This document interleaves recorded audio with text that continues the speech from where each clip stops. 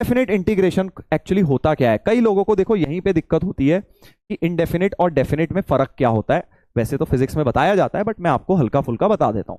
जैसे अगर कभी भी इनडेफिनेट इंटीग्रेशन है तो उसमें लिमिट्स नहीं होती, ठीक है, और डेफिनेट इंटीग्रेशन में लिमिट्स होती हैं। तो ये है इनडेफिनेट और ये है डेफिनेट। तो इसका मान लो इंटीग्रल एक फंक्शन आ गया एफ एक्स, तो इनडेफिनेट में हमेशा कांस्टेंट ऑफ इंटीग्रेशन भी आता है। क्यों आता है वो भी बता दूंगा अभी।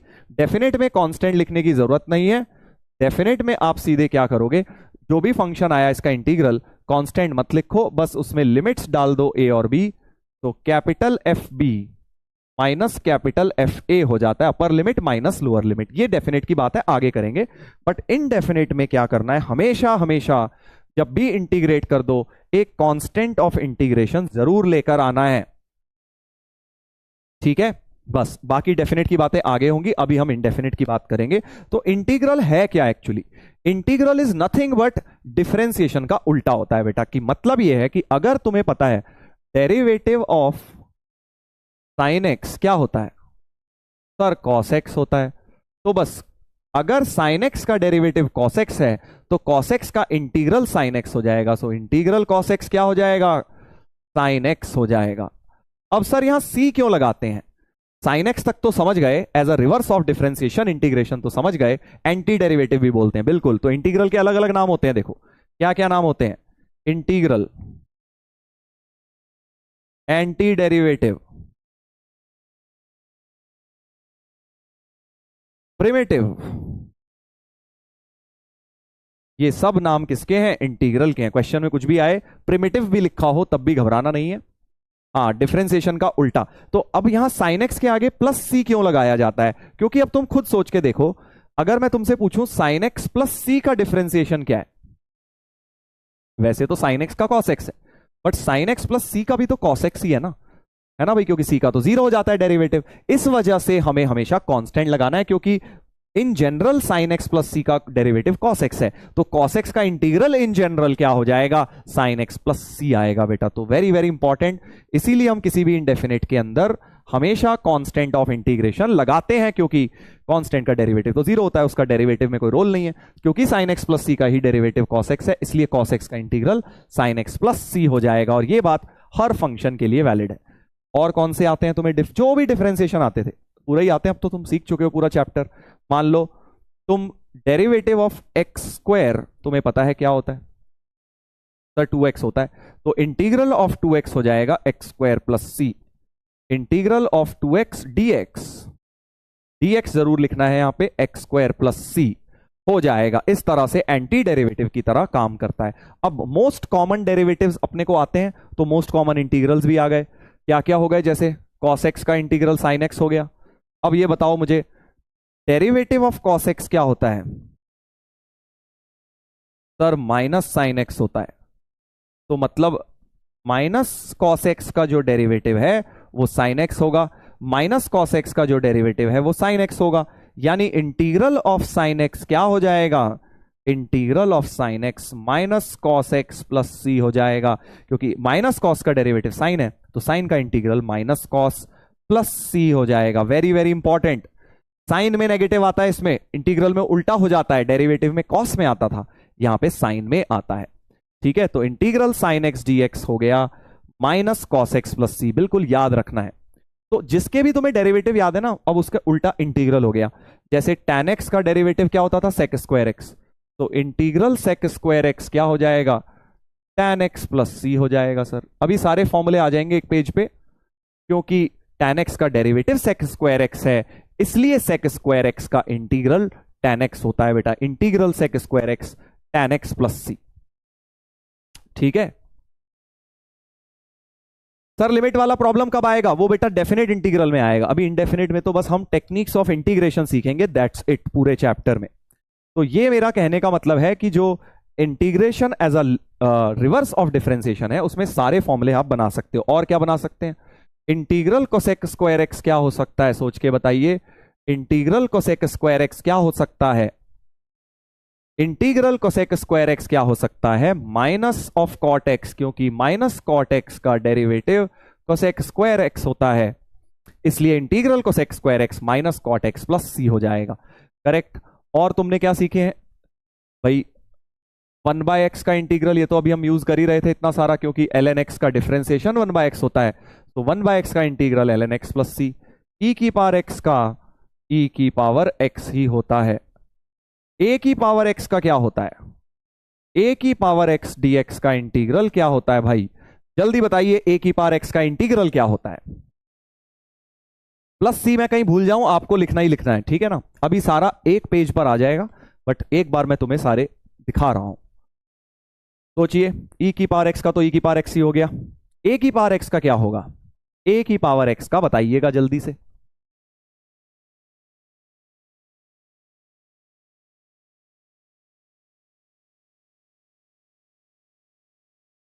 a की power x upon ln a, very good very good, a की power x upon ln a होता है बेटा, क्योंकि जब इसको डिफरेंशिएट करोगे, a की पावर x का डिफरेंशिएशन क्या होता था, a की power x into ln a, ठीक है जी। तो जब इसको डिफरेंशिएट करेंगे ln a कट जाएगा, a की पावर x आ जाएगा, इसलिए इंटीग्रल a की पावर x होता है a की power x upon ln a।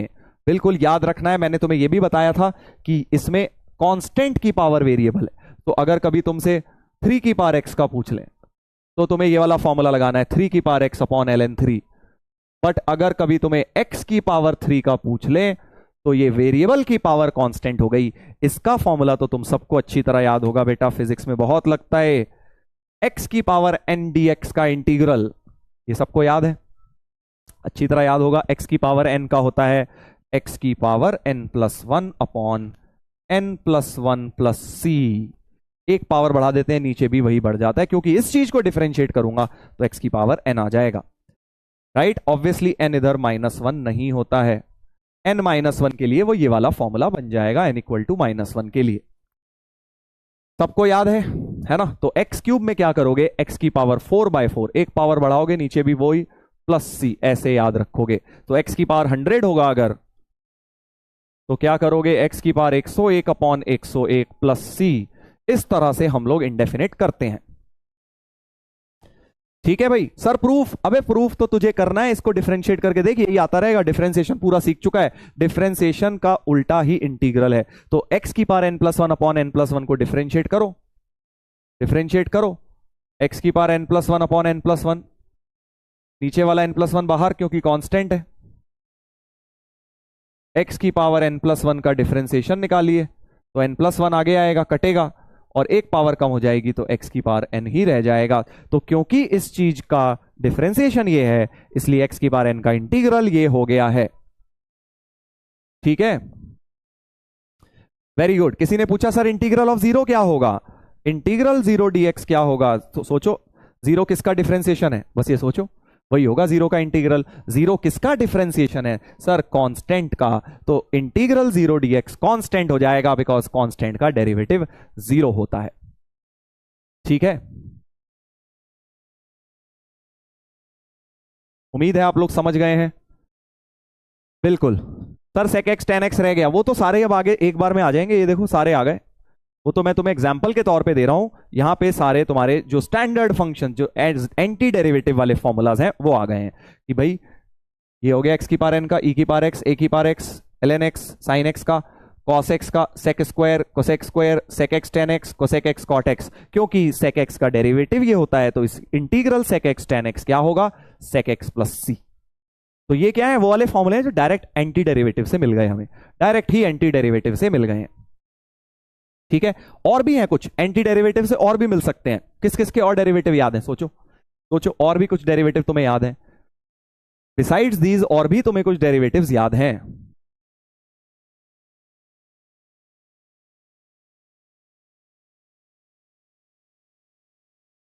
बिल्कुल, इसे अच्छी तरह से लर्न करना है, एक एक फॉर्मूले को लर्न करना है। और किसका डेरिवेटिव याद है, आईटीएफ का याद है sir, derivative of sine inverse x, sine inverse x का डेरिवेटिव क्या होता है, 1/√1 माइनस एक्स स्क्वायर होता है। आईटीएफ के भी डेरिवेटिव याद करे हुए हैं हमने, करेक्ट।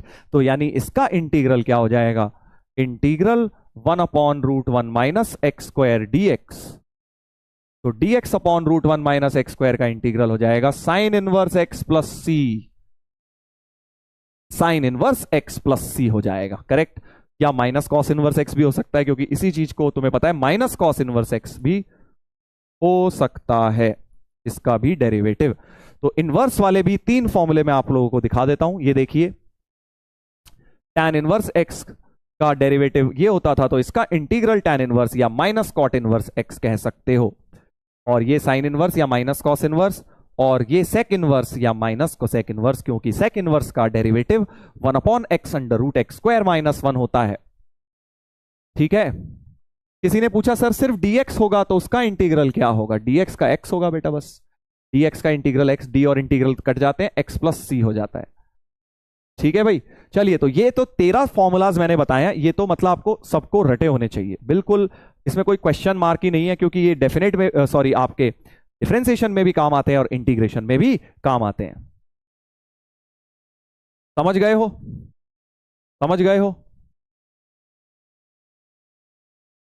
इन्फिनिटी का क्या होगा भाई? अबे इन्फिनिटी को फंक्शन थोड़ी है।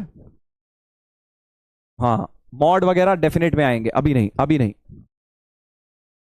एक लिख रहा है जीडीबीडी सर, अभी और भी फॉर्मूले आएंगे, रुक जाओ भाई, अभी तो स्टार्ट किया है हमने। तुम दुनिया भर के फॉर्मूले लिख रहे हो, जो कि तुमने अगर आगे का पढ़ लिया है तो भी।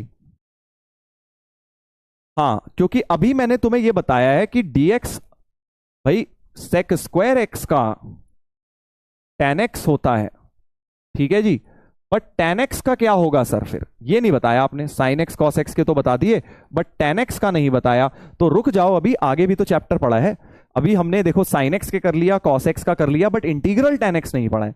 पढ़ेंगे आगे, इंटीग्रल सबके पढ़ेंगे, सब चीजों के पढ़ेंगे, बट समय आने पर पढ़ेंगे। ठीक है। अब एक और बड़ी इंटरेस्टिंग बात बता रहा हूं, इंटीग्रल tan x जैसे देखो होता क्या है, डिफरेंशिएशन तो हर फंक्शन का वैलिड है, हर फंक्शन को हम डिफरेंशिएट कर सकते हैं क्योंकि डेरिवेटिव है। बट क्या हर फंक्शन को इंटीग्रेट कर सकते हैं? जल्दी बताइएगा, यस या नो में बताएंगे। क्या हर फंक्शन को इंटीग्रेट कर सकते हैं? अगर यस लगता है तो थम्स अप करेंगे, नो लगता है तो थम्स डाउन करेंगे। क्या हर फंक्शन को इंटीग्रेट किया जा सकता है? काफी लोगों को इसका आता है, फॉर्मूला बता रहे हैं वो, कोई नहीं, आगे हम करेंगे।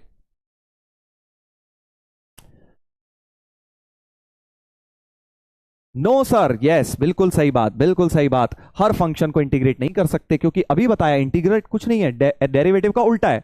तो भाई अगर तुम ये बोल रहे हो कि हर फंक्शन को इंटीग्रेट कर सकते हैं, मतलब वो किसी ना किसी का डेरिवेटिव होगा ही। ऐसा जरूरी थोड़ी है कि हर फंक्शन किसी ना किसी का डेरिवेटिव हो, ये बात कोई जरूरी कंपलसरी थोड़ी है। भाई आप कह रहे हैं कि सर इसका इंटीग्रल एग्जिस्ट करेगा, मैं कह रहा हूं चलो इसका तो कर जाएगा, तो मतलब किसी को डिफरेंशिएट करके tan x आ रहा होगा। तो जरूरी थोड़ी है कि हर किसी ना किसी फंक्शन को डेरिवेटिव करके सारे फंक्शन मिल ही जाएं। So there can be many many non integrable functions. ठीक है। तो कई बार क्या होता है, हम लोग बिना कुछ देखे दाखे, क्योंकि हमें डिफरेंशिएशन में आदत है हर चीज को डिफरेंशिएट करने की, हम हर चीज को इंटीग्रेट करने की कोशिश करते हैं। कई बार हमें बेवकूफ बना दिया जाता है स्कूल में, जो पढ़ने वाले बच्चे नहीं होते हैं वो एक कहीं से नॉन इंटीग्रेबल फंक्शन उठा लाते हैं और हमें दे देते हैं। हम बेचारे पढ़ाकू लोग, हम सोचते हैं कि यार इसको इंटीग्रेट करने की कोशिश करते हैं, है ना भाई। तो आप कभी भी अगर कोई आपको सवाल देगा इंटीग्रेशन का, आपसे एक ही रिक्वेस्ट है, आप उससे बोलिए फोटो खींच के दे दे बेटा कौन सी किताब में है। ठीक है। हाथ से लिखा हुआ काम नहीं चलेगा, हाथ से लिखी हुई काम नहीं चलेगी कि भैया पता चला हाथ से लिख के दे दिया और बताओ इंटीग्रेट करके दिखाओ बेटा, ऐसा नहीं करना है। ठीक है, ऐसा बिल्कुल भी मत करिएगा, नहीं तो आप फंस जाएंगे। आप जिससे भी सवाल लें आप उससे प्लीज फोटो खींच के लें, नहीं तो आपके ऊपर दिक्कत आ जाएगी। आप लगे रहेंगे 2-2 4-4 घंटे, पता चला वो नॉन इंटीग्रेबल है। ठीक है भाई। यस सर, ठीक है। अब मुझे पता है तुम में से बहुत सारे लोग सोच रहे हैं सर ऐसा एक एग्जाम्पल हमें भी तो दे दो, ताकि हम भी तो लोगों को बनाएं। हम सारे थोड़ी ना पढ़ने वाले हैं सर, हम भी तो लोगों को बेवकूफ बनाना चाहेंगे। कौन कौन है ऐसा जो बनाना चाहता है, जो चाहता है उन्हें नॉन इंटीग्रेबल एग्जाम्पल मिल जाए, ताकि स्कूल में जाके वो जो टॉपर लोग हैं उन्हें डिस्टर्ब करें। गुड आइडिया सर जी। हाँ सर, मेरे साथ हुआ है, ये देखा हुआ है, देखो तुम्हारे साथ कि कोई लिख रहा है मैं सर, मैं सच, अब बहुत सारे आ गए मी।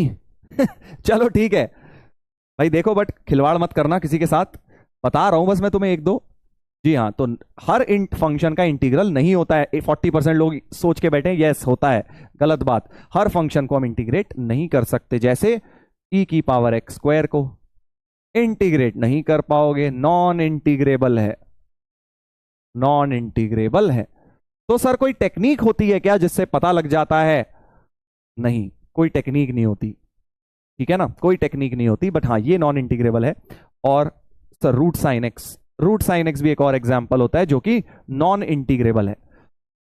तो ये दो फंक्शंस नॉन इंटीग्रेबल होते हैं, और भी ऐसे बहुत हो सकते हैं, बट एनीवेज मेरा बस समझाने का पर्पज ये है कि भाई साहब not every function is integrable, unlike differentiation where every function is differentiable. हर चीज का हम डिफरेंशिएशन निकाल सकते हैं, बट हर चीज का इंटीग्रेशन नहीं निकाल सकते, बिकॉज डेफिनेशन ही उल्टी है ना। पता कैसे चलेगा सर? पता सिंपल सा चलेगा, तुम्हारी किताब में सवाल है तो वो इंटीग्रेबल है, सिंपल। तुम्हें एग्जाम में ऐसा थोड़ी दे देंगे सवाल नॉन आंसर आ रहा है नॉन इंटीग्रेबल, नहीं, तुम्हें अगर सवाल दिया जाएगा वो इंटीग्रेबल ही होगा, ठीक है ना। तो तुम्हें पता लगाने की कोई जरूरत नहीं है, तुम्हें जो भी जिस भी किताब को तुम करोगे उस किताब में कहीं भी नॉन इंटीग्रेबल क्वेश्चंस नहीं है। जी हाँ,